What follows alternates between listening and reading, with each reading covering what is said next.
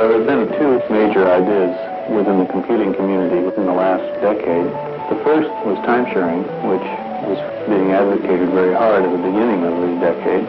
The key thing that was being observed was that there was a lot better way to interact with a computer. The second major idea, though, of the last decade has been the notion that computer networks were not only needed but were valuable, and they are gradually coming into fruition.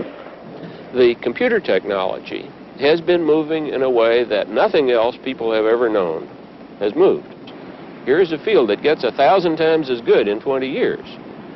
The communication field hasn't been able to keep pace, but the melding of computers and communication and the switch to digital communication technology, aided and abetted by satellites, is doing something pretty good for communication.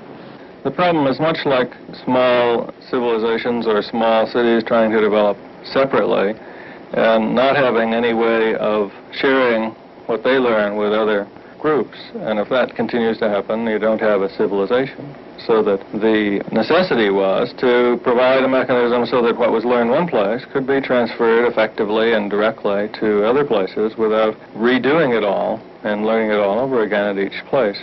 The problems were not in the computers, we found out. The computers could talk to one another, even though they were very different. And time-sharing systems that existed in each computer were perfectly capable of achieving that. The real problem that we found was that the communications was inadequate. And ideally, what we wanted to do was to use a common carrier offering.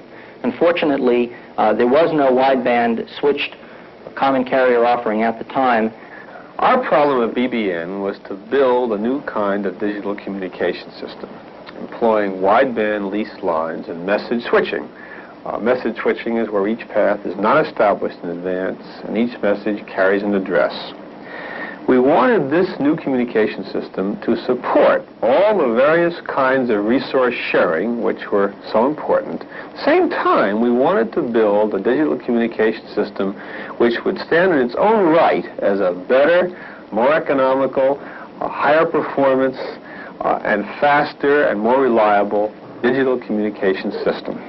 The underlying concept of that network would have to embody the efficient utilization of communication resources, as well as to provide a system which was both reliable, error-free, and provide the high bandwidth needed for interactive use of those resources. This means that users sitting at a terminal would be able to hit a key and see a response virtually instantly, almost as if that computer, wherever it were, looked like it was in the same room. A simple way to interconnect computers and to form such a network is to place wideband leased circuits, in the case of the Arpanet 50 kilobit per second circuits, between each of the computers, and then to interconnect each of the computers to each other to form a fully connected network. As more sites come onto the network, the requirement is then to connect that site to every other one, which means that the extension of the network is just not a graceful thing. And so this naturally leads to the concept of a store and forward technique in order to cut down on the expense of building such a network. And so let's erase these lines over here to leave ourselves for the moment with a loop network which can be extended. And in this type of network, this computer, for example, would talk to this computer not by sending it a message directly, since there is no circuit, but sending a message first to this computer, which would then store it and forward it onto this computer, thereby acting as a relay. In order to have a reliable network of this sort, each of the individual computers must be sufficiently reliable to maintain the kind of communications that's needed.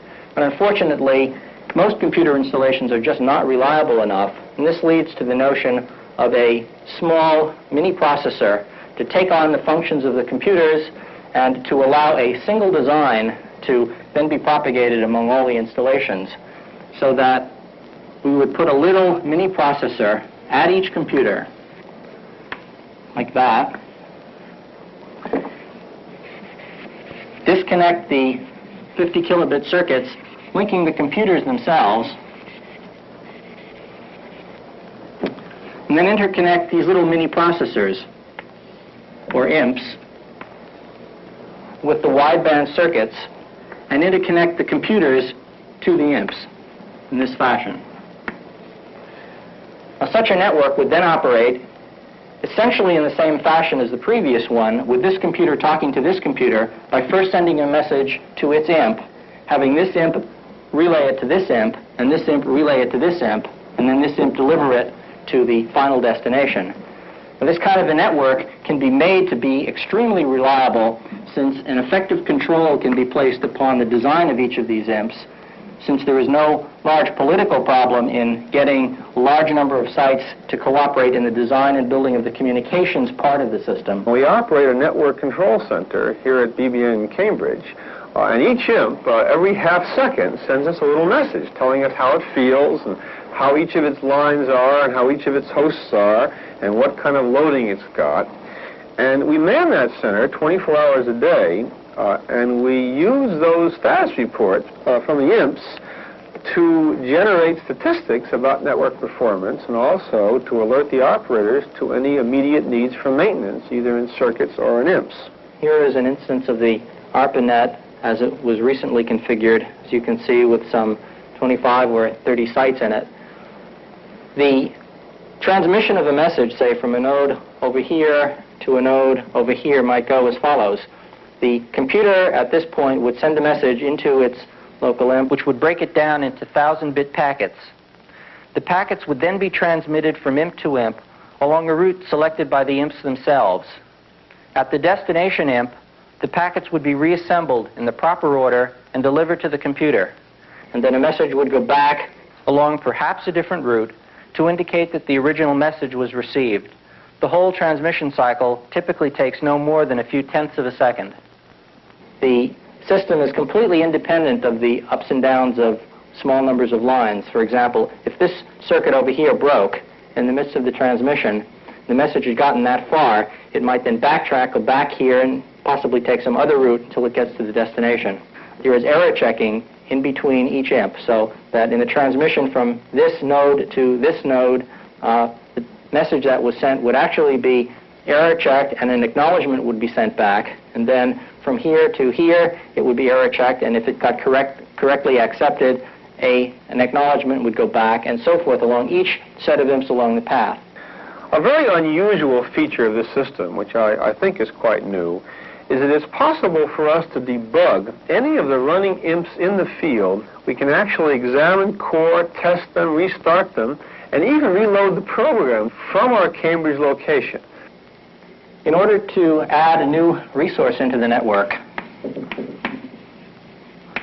such as this, it would get its own imp and would require 1 or 2 or perhaps 3 connections to other imps in the network. That would be all that would be required to effect that connection. So we could, in principle, let's say, get rid of that connection and the network would work, or we could put in that connection over there to add a little more reliability. As soon as the network began working, we really had a nationwide resource complex. And this resource complex was very attractive to many users who had no resource of their own to really contribute. These people wanted direct terminal access to the net, even though they had no host to get that access through. So we designed a new kind of imp. We called it a terminal interface message processor. We call it a TIP for short. And this machine really includes a very tiny mini host.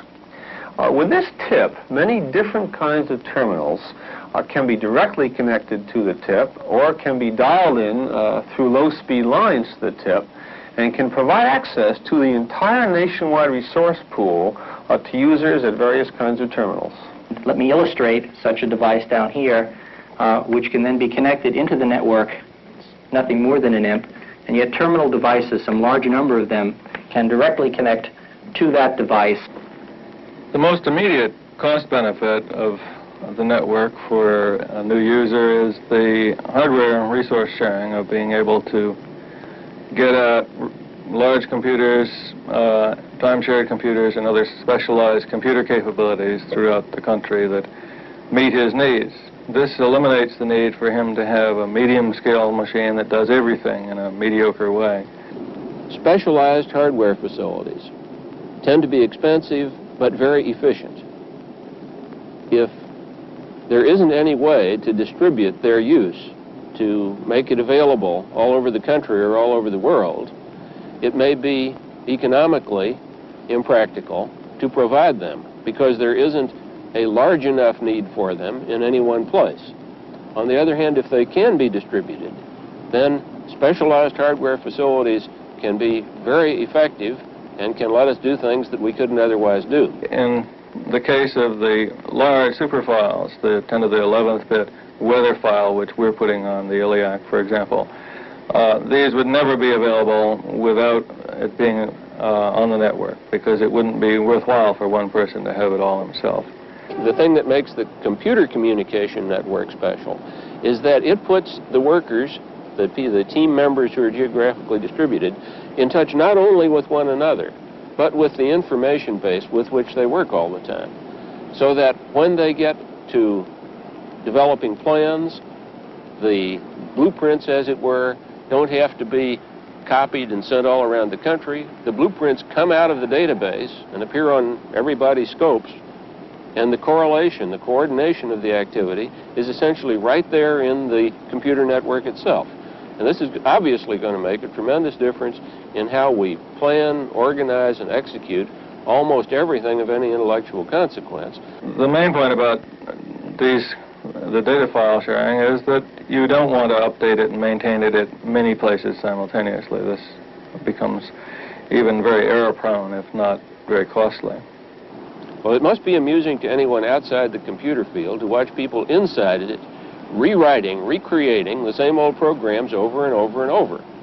And programs are recreated partly because it's fun to program, but mainly because it's very difficult to get hold of them and use them if they have been programmed a few hundred miles or a few thousand miles away for use on different equipment from that which you have.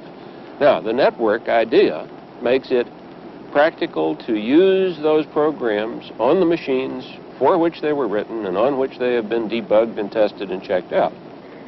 The effect of the network for a user is that now he can start to attack a new problem that he may come up with any resource that may be available within the net, rather than the very limited set of resources available through his local computation center.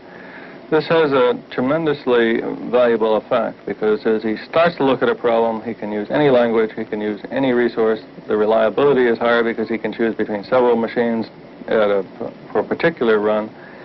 And his personal situation is greatly magnified into what he can do, because he doesn't have to depend on a very limited set of resources to do the job. The ARPA network provides a new research opportunity for experimenting with issues in computer-to-computer communication.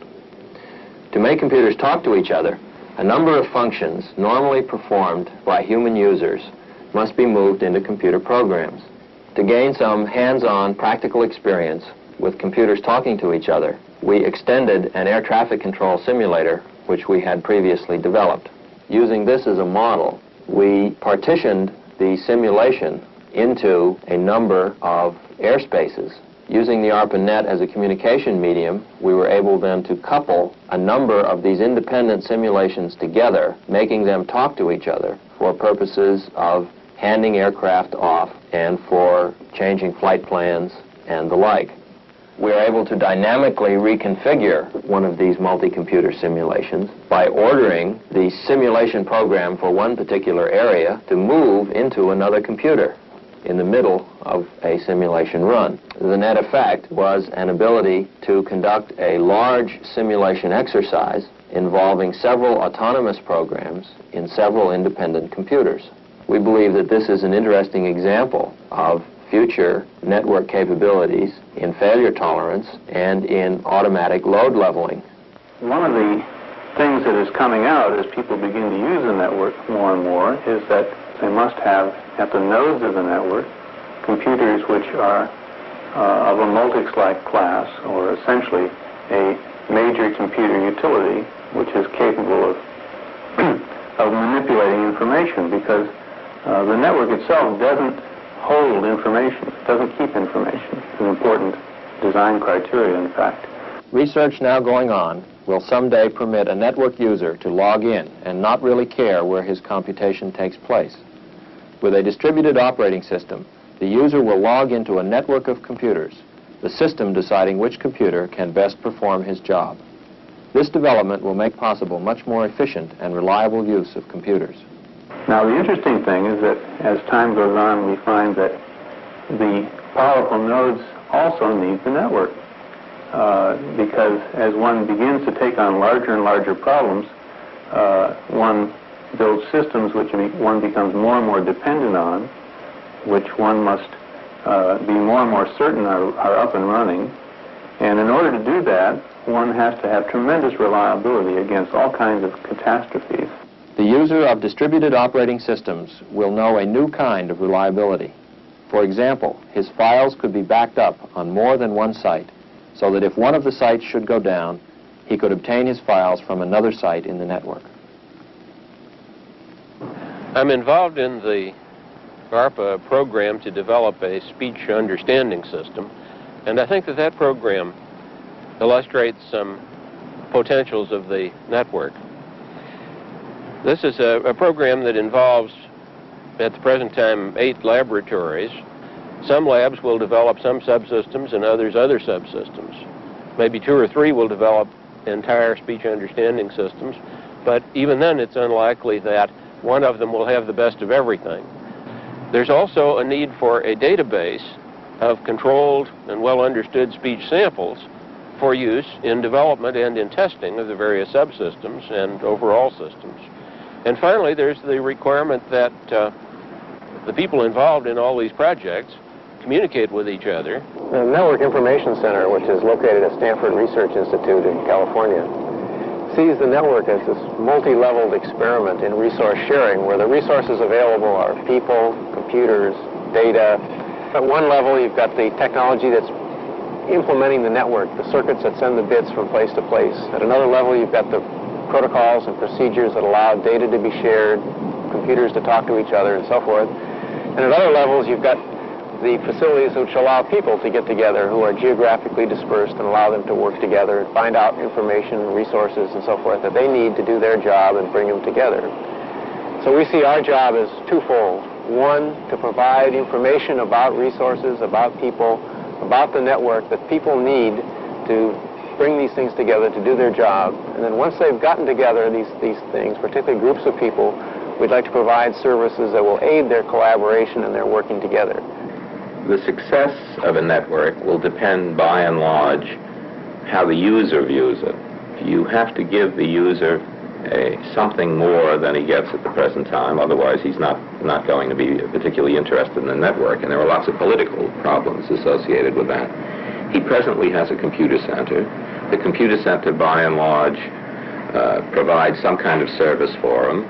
The people who run the computer center are going to continue to want to operate in that mode. As far as the economic aspects are concerned, various computer centers would presumably become expert in some area and provide some kind of resource that would be useful to all the others, and they could concentrate on it. They wouldn't have to cut across the whole board and spread out their efforts among many, many different kinds of programs. The ARPA network has been criticized as not being typical of what's required for a real commercial network.